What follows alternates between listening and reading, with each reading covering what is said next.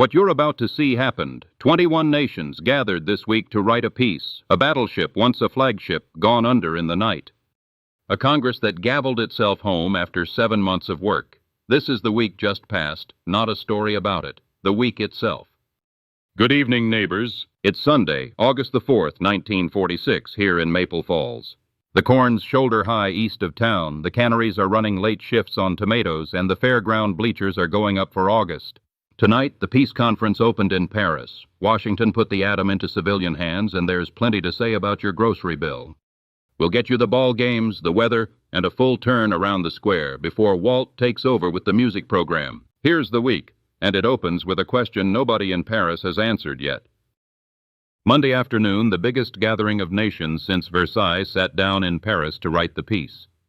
21 Allied countries sent delegates to the Luxembourg Palace under those gilded ceilings the French Republic keeps for just this kind of occasion. French Premier Georges Bidault opened the proceedings, welcoming delegations to what's officially the Paris Peace Conference. Their job, weigh the draft treaties for Italy, Romania, Bulgaria, Hungary, and Finland, drawn up by the Big Four foreign ministers since spring. Secretary of State James Burns heads the American delegation. He flew over a week ago Saturday. And he brought 2 senators with him, Democrat Tom Connally of Texas, Republican Arthur Vandenberg of Michigan. Whatever else divides Washington, the peace, it seems, does not. Now, picture stately men signing grand documents, if you like. But the truth is, this first week has gone almost entirely to arguing about the rule book. A commission on procedure has met daily since Tuesday. Russia's Mr. Molotov wants any recommendation to require a 2/3 vote. The smaller nations, backed by Washington and London, want a simple majority heard too. Whoever wins that argument decides how much weight the small countries carry against the large ones in everything that follows. Tonight, that argument is not settled. The wrangle continues, and the conference itself is expected to run for many weeks yet. It is, all the same, the peace being written, line by line, in a room by men with different flags on the table. That's no small thing after what the last 5 years cost to arrange it. From Paris to the Holy Land, where the news is graver, and where Washington now has a decision of its own to make. In London Wednesday, Deputy Prime Minister Herbert Morrison laid before the House of Commons a joint British-American plan for Palestine. It would divide the land into 4 provinces, 1 Arab, 1 Jewish, with Jerusalem and the Negev Desert held under direct British control, the whole federated under a British High Commissioner. The plan holds out admission of 100,000 displaced Jews from Europe, but only if the plan itself is accepted. First word from both Jewish and Arab quarters has been cold. President Truman has the recommendations before him now. This comes in the shadow of the terrible bombing in Jerusalem 2 weeks back. The diplomacy goes forward regardless. What Washington decides, we don't yet know. A story we've followed since last Sunday, when a certain old battleship in the Pacific was listing badly, is now finished, but the fleet around her is not. The Nagato, once Admiral Yamamoto's flagship, the last Japanese battleship still afloat, capsized and sank in the night, Monday into Tuesday, in Bikini Lagoon. She'd taken on a worse list every day since the underwater atomic test on July the 25th. At sunset Monday, she still had 10 degrees of lean. By morning, she was gone. Nobody watched her go down. The rest of the target fleet is still too hot to hold a work party more than a few minutes at a stretch. Fireboats keep hosing the hulls with soap and lye. The first washing cuts the radioactivity roughly in half. After that, the going gets slow. A 3rd test is still on the Navy's books for early next year. Whether that fleet will last that long is anyone's guess tonight. At Nuremberg, the lawyers finished summing up and turned to a harder question: what to do about the organizations themselves. Monday, France's chief prosecutor told the tribunal the crimes laid out in that courtroom were so monstrous a new word had to be coined for them: genocide. Tuesday, the Soviet Union's General Rudenko asked that the men in the dock be put to death. Judgment is expected sometime in early autumn. I won't tell you more than that because more than that isn't known. In India, a serious rupture. Monday in Bombay, the Muslim League withdrew its acceptance of the British plan for a united India. Mr. Jinnah charged Britain and the Congress Party had gone back on their word, telling his council, "Today we bid goodbye to constitutional methods." The League has named Friday, August the 16th, a day for Muslims across India to lay down business and gather in protest. Congress says it will go forward regardless. Observers there are watching the weeks ahead with real concern. So I think should we... At Lake Success, the United Nations Atomic Commission remains at a standstill. Neither side seems ready to break. Late last month, Russia's Andrei Gromyko told the Commission flatly the American plan, Bernard Baruch's, with real power to punish violators and no veto attached, is unacceptable to his government, whole or in any part. Moscow wants the bomb outlawed first, the Security Council veto kept intact. The technical committees keep studying, the diplomats keep standing exactly where they stood. One more note before Washington. Fragmentary word reached us just before air of a very large earthquake in the Dominican Republic early this afternoon. Felt as far off as Haiti, Puerto Rico, eastern Cuba, the Virgin Islands, tidal disturbances registered on gauges as far north as New Jersey. Dispatches are still coming in tonight. We'll know more by the next time we're on the air. Now to Washington, where a good deal came to a head this week, and where one question is still open when we go off the air tonight. Thursday, at the White House, President Truman signed the McMahon Bill, the Atomic Energy Act of 1946, into law. It takes the development of atomic energy out of the Army's hands and places it under civilian control through a new 5-member commission. The President hasn't named its members yet. The transfer takes effect the first of the year. It was Senator Brian McMahon of Connecticut who carried the bill through, and he stood at the President's shoulder when it was signed. You'll recall the President telling Congress last fall that atomic energy was a new force too revolutionary to consider in the framework of old ideas. This week he put that thought into law. Friday evening, the 79th Congress went home, Senate out at 7:27, House at 5:42, the first midsummer adjournment in 8 years, closing a session that opened clear back in January. They didn't leave empty-handed. Friday's Legislative Reorganization Act trims the standing committees in both houses and gives members professional staff for the first time. Buried inside it, citizens may now sue the federal government for negligence, and lobbyists must register and report who's paying them. Mr. Truman called it one of the most significant advances in the organization of Congress since the body was established. That's his word, but it's a fair one. He also signed the Fulbright Act, funding the exchange of American students and teachers abroad, and put this country into the new UNESCO. And he vetoed a bill handing the states the offshore tidelands, keeping the federal claim alive while the courts sort the question out. That fight moves to the courtroom now. One more, and this touches nearly every family with a man still counting his service time.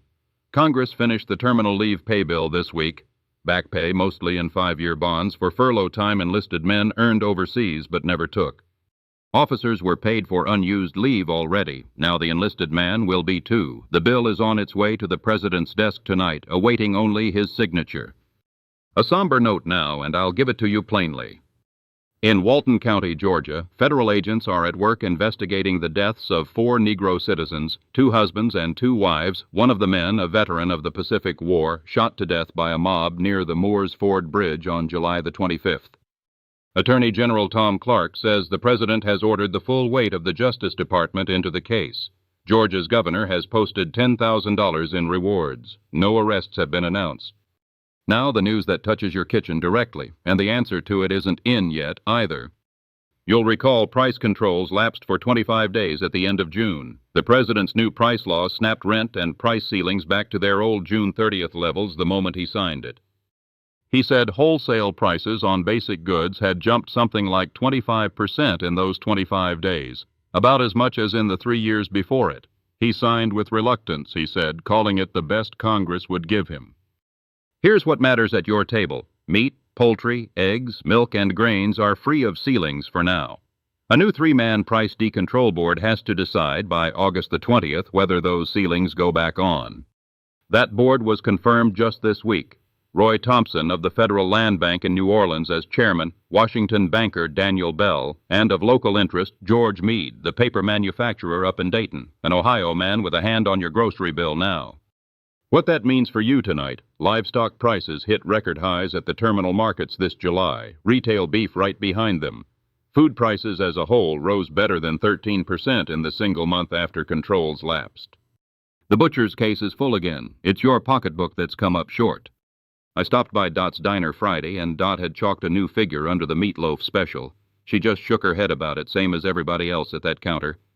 Butter's been climbing too, week over week since it came off the ceiling. Your rent, if you're a tenant, goes back to its old lawful figure as of July 25th. If a landlord raised it during the lapse, take the question to the local rent office. Sugar remains the one thing still rationed outright. Your Book 4 carries spare stamps 9 and 10, each good for 5 pounds of canning sugar clear through October the 31st. Worth knowing, with tomatoes coming in thick this month. On housing, the Veterans Program presses on. Lumber and brick remain the bottleneck every young couple in this town already knows by heart. And it's canning season here in earnest, corn wagons out, canneries calling for hands. With prices what they are, a full cellar is this year's best insurance. Whether that board decides to bring the ceilings back is a question this whole county will be asking on the 20th. On now to the ball games. And there's a pennant race in each league that isn't decided yet, not by a stretch. In the American League, Boston stands at 72-31, 12 games clear of the second-place Yankees. They wobbled midweek, then took 2 straight off Detroit over the weekend. In the National League, it's tighter. Brooklyn holds just a 2-game edge over St. Louis. The Cardinals took 2 of 3 from the Dodgers at Ebbets Field this week, and today Brooklyn needed 14 innings just to nose out Cincinnati, 5-4. That one may go to the wire. Up in Cleveland, Bob Feller had himself a week. Wednesday, he hit the Red Sox 4-1. The only hit a second-inning single off Bobby Doerr's bat for his 20th win of the season. Today, he struck out 7 Yankees, but took no decision in a 2-0 loss. His strikeout count is closing in on 250, and there's real talk in the league about whether he can catch Rube Waddell's old mark of 343. Cleveland baseball generally has turned into a carnival under new owner Bill Veeck. Fireworks after night games, giveaways at the gate, the man himself at the turnstile shaking hands. Attendance is running toward the best season that club has ever drawn. The Cincinnati Reds went 3-4 on their Eastern trip, a nice doubleheader sweep in Philadelphia Wednesday, but that heartbreaking loss to Brooklyn today. They sit at 48-50, right in the middle of the pack. And Ted Williams keeps hitting. 2 home runs this week, 27 and 28 on the year, locked in a real batting title fight with Washington's Mickey Vernon. Closer to home, Coach Burkett's Legion Millers keep making believers out of this town, and there's a district title still very much within reach.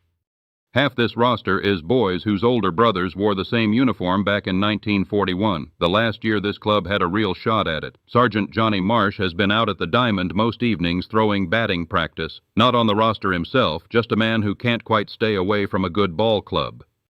His kid brother Pete can hit, though. Ask anybody who watched that clean single to left a couple weeks back. Whether it holds up through the district round, this town will be finding out one Tuesday at a time.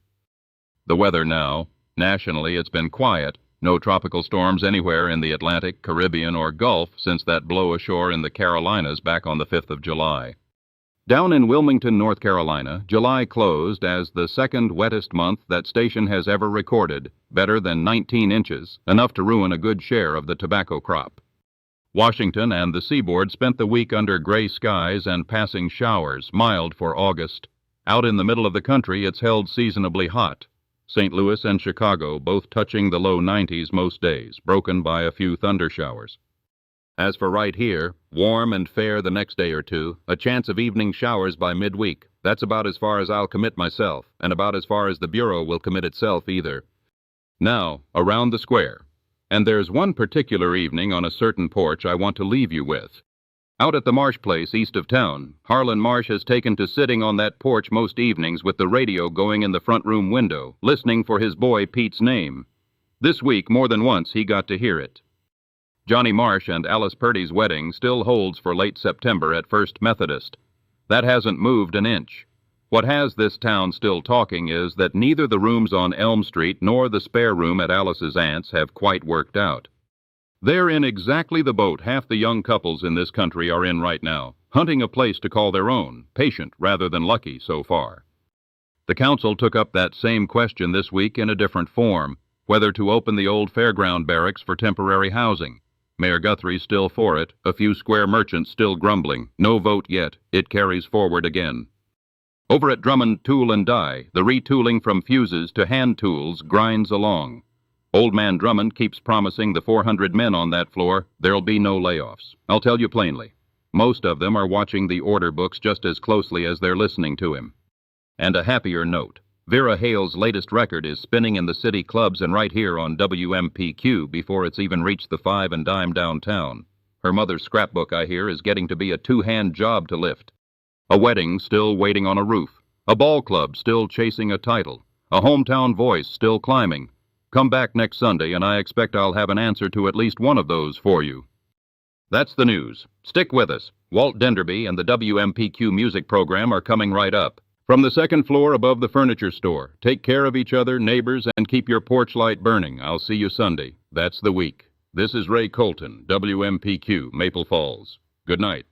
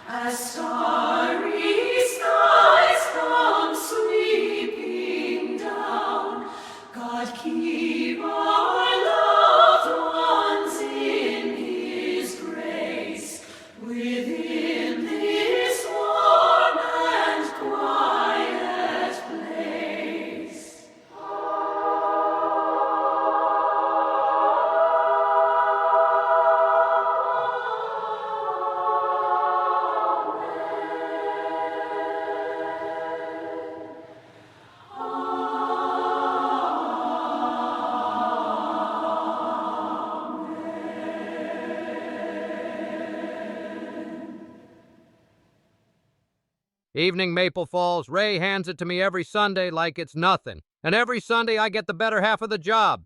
An hour of records and you still here. Let's start bright. Here's a pair.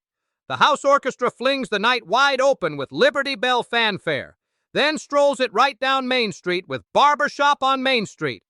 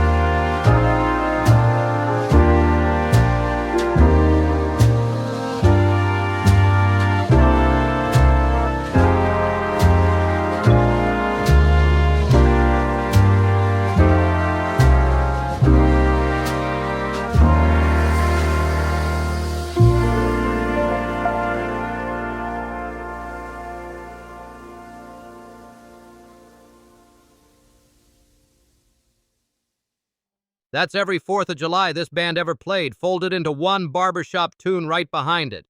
Next pair's got some brass in its step, Victory Homecoming March. Then the boys kick their heels up on County Fair Breakdown.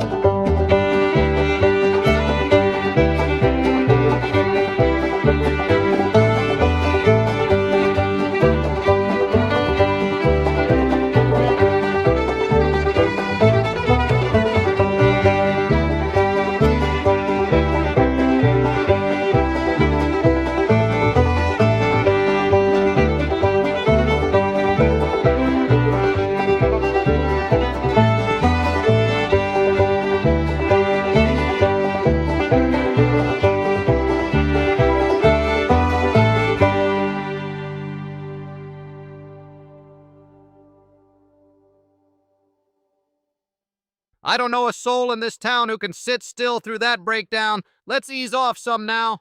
Sunday console reverie. Just what it sounds like. A quiet one for a quiet evening.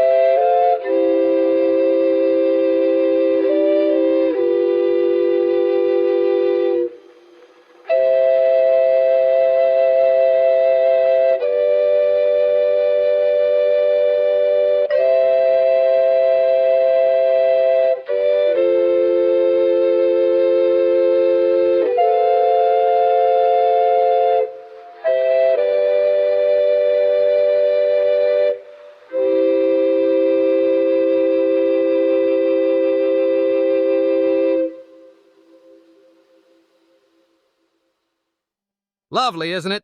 All right, back on our feet. Harmon County Hoedown runs right into Prairie Wind Shuffle, a real pair of dance floor movers.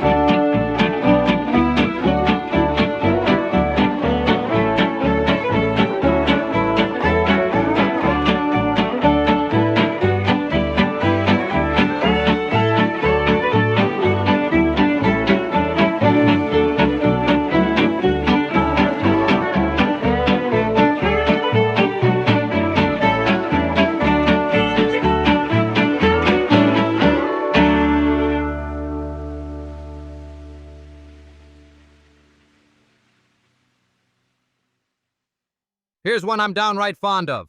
Harvest Moon Waltz. With the corn coming in the way it is this month, feels like it was written for this exact week.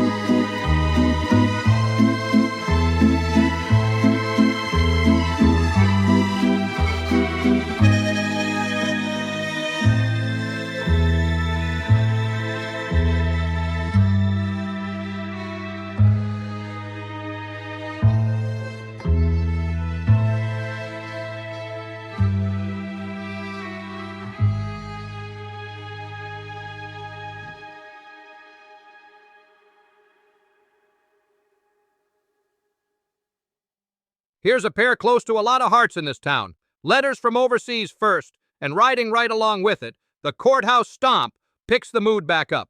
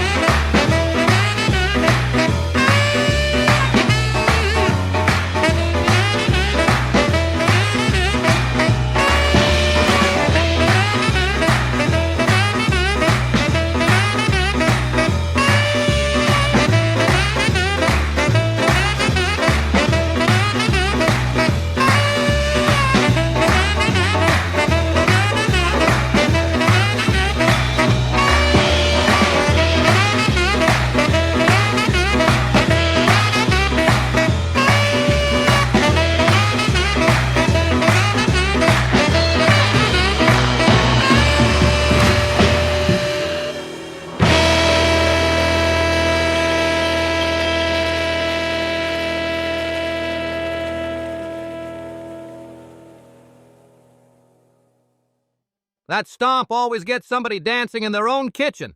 I'd bet money on it. Last one tonight, and it's a favorite of mine. Porch Swing Serenade. For every porch swing running in this county right now,